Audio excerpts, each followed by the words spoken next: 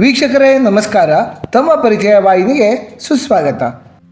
ಆತ್ಮೀಯರೇ, ತಮಗೆಲ್ಲ ತಿಳಿದಿರುವಂತೆ ನಮ್ಮ ಈ ಭಾರತ ದೇಶ ಒಂದು ಪವಿತ್ರವಾದಂತಹ ದೇವಭೂಮಿ. ಪುರಾಣದಲ್ಲಿ ಯುಗ ಯುಗಗಳಿಂದಲೂ ಸಹ ಭಗವಂತರು ತಮ್ಮ ಅವತಾರಗಳನ್ನು ತಳೆದು ಬಂದಂತಹ ಪವಿತ್ರ ಭೂಮಿ ಈ ನಮ್ಮ ಭಾರತ. ನಿರಂತರವಾಗಿ ಋಷಿಮುನಿಗಳಿಂದ ವೇದಘೋಷ ಮೊಳಗಿದ ನಾಡಿದು. ಇಲ್ಲಿನ ಪವಿತ್ರ ನೆಲ, ಜಲ, ದೇಗುಲಗಳು ಎಲ್ಲವೂ ಸಹ ಪುಣ್ಯಕರ.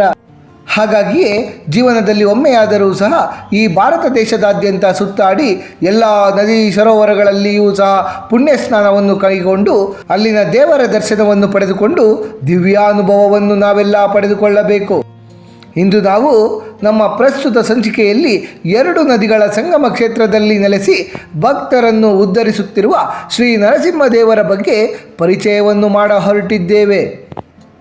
ಭಕ್ತ ಪ್ರಹ್ಲಾದರಿಂದಲೇ ಪೂಜಿಸಲ್ಪಟ್ಟ ಈ ದೇವರು ಸಕಲರ ಇಷ್ಟಾರ್ಥಗಳನ್ನು ಸಹ ಅತಿ ಶೀಘ್ರವೇ ಈಡೇರಿಸುತ್ತಾರೆ ಎನ್ನುವ ಪ್ರತೀತಿ ಇದೆ.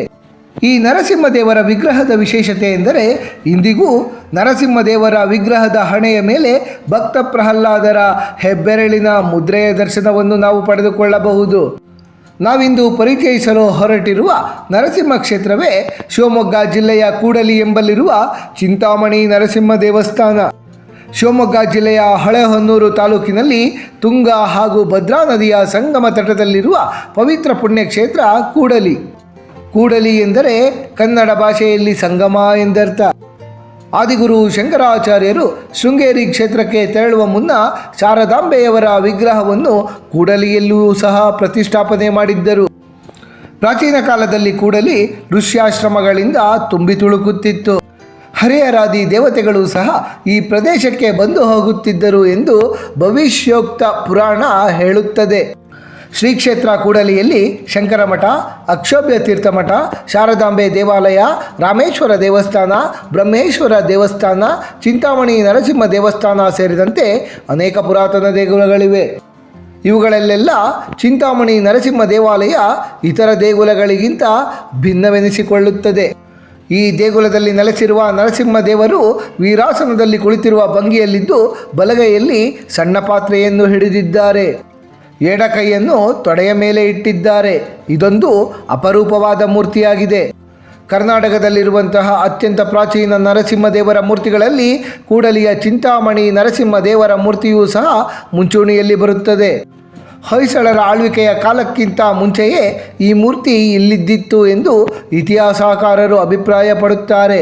ನಂಬಿಕೆಗಳ ಪ್ರಕಾರ ಕೂಡಲಿಯ ಚಿಂತಾಮಣಿ ನರಸಿಂಹ ದೇವರ ವಿಗ್ರಹವು ಸ್ವಯಂಭುವಾಗಿದೆ. ಈ ಸ್ವಯಂಭೂ ವಿಗ್ರಹಕ್ಕೆ 12ನೇ ಶತಮಾನದಲ್ಲಿ ಹೊಯ್ಸಳ ಆಡಳಿತಾವಧಿಯಲ್ಲಿ ದೇಗುಲ ನಿರ್ಮಾಣವಾಗಿದೆ. ಈ ದೇವರಿಗೆ ಭಕ್ತಾದಿಗಳ ಯಾವುದೇ ಮಾನಸಿಕ ಸಮಸ್ಯೆಗಳನ್ನು ಹಾಗೂ ಚಿಂತೆಗಳನ್ನು ಹೋಗಲಾಡಿಸುವ ವಿಶೇಷ ಶಕ್ತಿ ಇದೆ ಎಂದು ಸ್ಥಳೀಯರು ನಂಬುತ್ತಾರೆ. ಹಾಗಾಗಿಯೇ ನರಸಿಂಹಸ್ವಾಮಿಗೆ ಚಿಂತಾಮಣಿ ನರಸಿಂಹ ಎಂಬ ಹೆಸರು ಬಂದಿದೆ. ಸ್ಥಳ ಪುರಾಣದ ಪ್ರಕಾರ ಕೂಡಲಿಯಲ್ಲಿ ಮಹಾವಿಷ್ಣುದೇವರು ಚಿಂತಾಮಣಿ ನರಸಿಂಹಸ್ವಾಮಿಯ ರೂಪದಲ್ಲಿ ಭಕ್ತ ಪ್ರಹ್ಲಾದರಿಗೆ ದರ್ಶನವನ್ನು ನೀಡಿದ್ದರಂತೆ. ನರಸಿಂಹಾವತಾರ ಸಮಾಪ್ತಿಯಾದ ನಂತರ ಭಕ್ತ ಪ್ರಹ್ಲಾದರು ತೀರ್ಥಯಾತ್ರೆಯನ್ನು ಕೈಗೊಂಡಿರುತ್ತಾರೆ. ಇಡೀ ಭೂಮಿಯನ್ನು ಸುತ್ತಾಡಿ ಅನೇಕ ಪವಿತ್ರ ಸ್ಥಳಗಳಿಗೆ ಅವರು ಭೇಟಿ ನೀಡುತ್ತಾರೆ. ತೀರ್ಥಯಾತ್ರೆಯ ಸಂದರ್ಭದಲ್ಲಿ ಅವರು ಕೂಡಲಿಗೂ ಸಹ ಆಗಮಿಸಿರುತ್ತಾರೆ. ಕೂಡಲಿಯ ತುಂಗಾ ಹಾಗೂ ಭದ್ರಾ ನದಿಗಳ ಸಂಗಮದಲ್ಲಿ ಪವಿತ್ರ ಸ್ನಾನವನ್ನು ಮಾಡಲು ನಿರ್ಧರಿಸಿದ ಭಕ್ತ ಪ್ರಹ್ಲಾದರು ಸ್ನಾನ ಮಾಡುವ ಸಂದರ್ಭದಲ್ಲಿ ತಾವು ದಿನನಿತ್ಯ ಪೂಜಿಸುವ ಸಾಲಿಗ್ರಾಮವನ್ನು ಸಂಗಮದ ತೀರದಲ್ಲಿ ಇರಿಸುತ್ತಾರೆ. ಪವಿತ್ರ ಸ್ನಾನದ ನಂತರ ಭಕ್ತ ಪ್ರಹ್ಲಾದರು ಹಿಂದಿರುಗುವಾಗ ಅವರಿಗೆ ಒಂದು ಆಶ್ಚರ್ಯ ಕಾದಿರುತ್ತದೆ.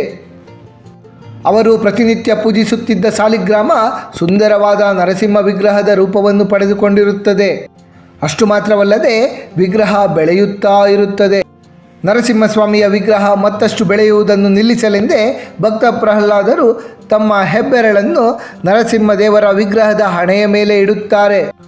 ತಕ್ಷಣ ನರಸಿಂಹಸ್ವಾಮಿಯ ವಿಗ್ರಹ ಬೆಳೆಯುವುದನ್ನೇ ನಿಲ್ಲಿಸುತ್ತದೆ. ಇಂದಿಗೂ ಭಕ್ತ ಪ್ರಹ್ಲಾದರ ಹೆಬ್ಬೆರಳಿನ ಗುರುತನ್ನು ಶ್ರೀ ನರಸಿಂಹಸ್ವಾಮಿಯ ಹಣೆಯ ಮೇಲೆ ನಾವು ದರ್ಶಿಸಬಹುದಾಗಿದೆ. ತದನಂತರ ಭಕ್ತ ಪ್ರಹ್ಲಾದರೇ ಸ್ವತಃ ಅದೇ ಸ್ಥಳದಲ್ಲಿ ಶ್ರೀ ನರಸಿಂಹಸ್ವಾಮಿಯ ವಿಗ್ರಹದಲ್ಲಿ ಪ್ರಾಣ ಪ್ರತಿಷ್ಠಾಪನೆ ಮಾಡಿ ಪೂಜಿಸುತ್ತಾರೆ. ಶ್ರೀ ನರಸಿಂಹಸ್ವಾಮಿಗೆ ಇಲ್ಲಿ ದೇಗುಲವನ್ನು ಸಹ ನಿರ್ಮಿಸಲಾಗುತ್ತದೆ. ಪಂಚಾಮೃತಾಭಿಷೇಕ ಕೂಡಲಿ ಚಿಂತಾಮಣಿ ನರಸಿಂಹದೇವರಿಗೆ ಸಲ್ಲಿಸುವಂತಹ ವಿಶೇಷ ಸೇವೆಯಾಗಿದೆ. ಕೂಡಲಿಯ ತುಂಗಾ ಹಾಗೂ ಭದ್ರಾ ನದಿಗಳ ಸಂಗಮದಲ್ಲಿ ಸ್ನಾನವನ್ನು ಮಾಡಿ ಚಿಂತಾಮಣಿ ನರಸಿಂಹದೇವರನ್ನು ಪೂಜಿಸಿದರೆ ಎಲ್ಲ ಬಗೆಯ ಚಿಂತೆಗಳು ಸಹ ದೂರವಾಗುತ್ತವೆ ಎನ್ನುವ ನಂಬಿಕೆ ಇದೆ. ಕೂಡಲಿಯಲ್ಲಿ ಒಂದೆಡೆ ತುಂಗಾ ಮತ್ತು ಭದ್ರಾ ನದಿಗಳ ಅಪೂರ್ವ ಸಂಗಮ, ಮತ್ತೊಂದೆಡೆ ಸಹ್ಯಾದ್ರಿ ಶ್ರೇಣಿಗಳು ಎಲ್ಲರನ್ನೂ ಮಂತ್ರಮುಗ್ಧಗೊಳಿಸುತ್ತವೆ. ಕೂಡಲಿಯ ಶಾರದಾ ಪೀಠದ ಶಾಖೆ ನಮ್ಮನ್ನು ಆಧ್ಯಾತ್ಮ ಲೋಕಕ್ಕೆ ಕರೆದೊಯ್ಯುತ್ತದೆ. ಕೂಡಲಿ ಶಿವಮೊಗ್ಗದಿಂದ ಕೇವಲ 18 ಕಿಲೋಮೀಟರ್ ದೂರದಲ್ಲಿದೆ. ಶಿವಮೊಗ್ಗದಿಂದ ಕೂಡಲಿಗೆ ತಲುಪಲು ಉತ್ತಮವಾದ ಸಂಚಾರ ವ್ಯವಸ್ಥೆ ಇದೆ. ಧಾರ್ಮಿಕ ದೃಷ್ಟಿಯಿಂದ ಅತ್ಯಂತ ಮಹತ್ವದ ಸ್ಥಳ ಕೂಡಲಿಯನ್ನು ಸಂದರ್ಶಿಸುವಾಗ ಪ್ರಹ್ಲಾದರಿಂದ ಪೂಜಿಸಲ್ಪಟ್ಟ ಚಿಂತಾಮಣಿ ನರಸಿಂಹದೇವರನ್ನು ದರ್ಶಿಸಲು ನಾವು ಮರೆಯಬಾರದು.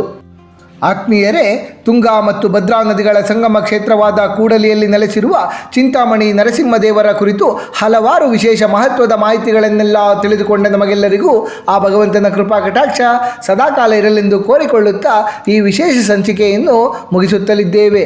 ವೀಕ್ಷಕರೇ, ನಿಮಗೆ ಈ ವಿಡಿಯೋ ಇಷ್ಟವಾಗಿದ್ದಲ್ಲಿ ಲೈಕ್ ಮಾಡಿ, ಶೇರ್ ಮಾಡಿ ಮತ್ತು ಸಬ್ಸ್ಕ್ರೈಬ್ ಮಾಡಿ ಹಾಗೂ ಬೆಲ್ ಬಟನ್ ಒತ್ತುವುದನ್ನು ಮರೆಯಬೇಡಿ.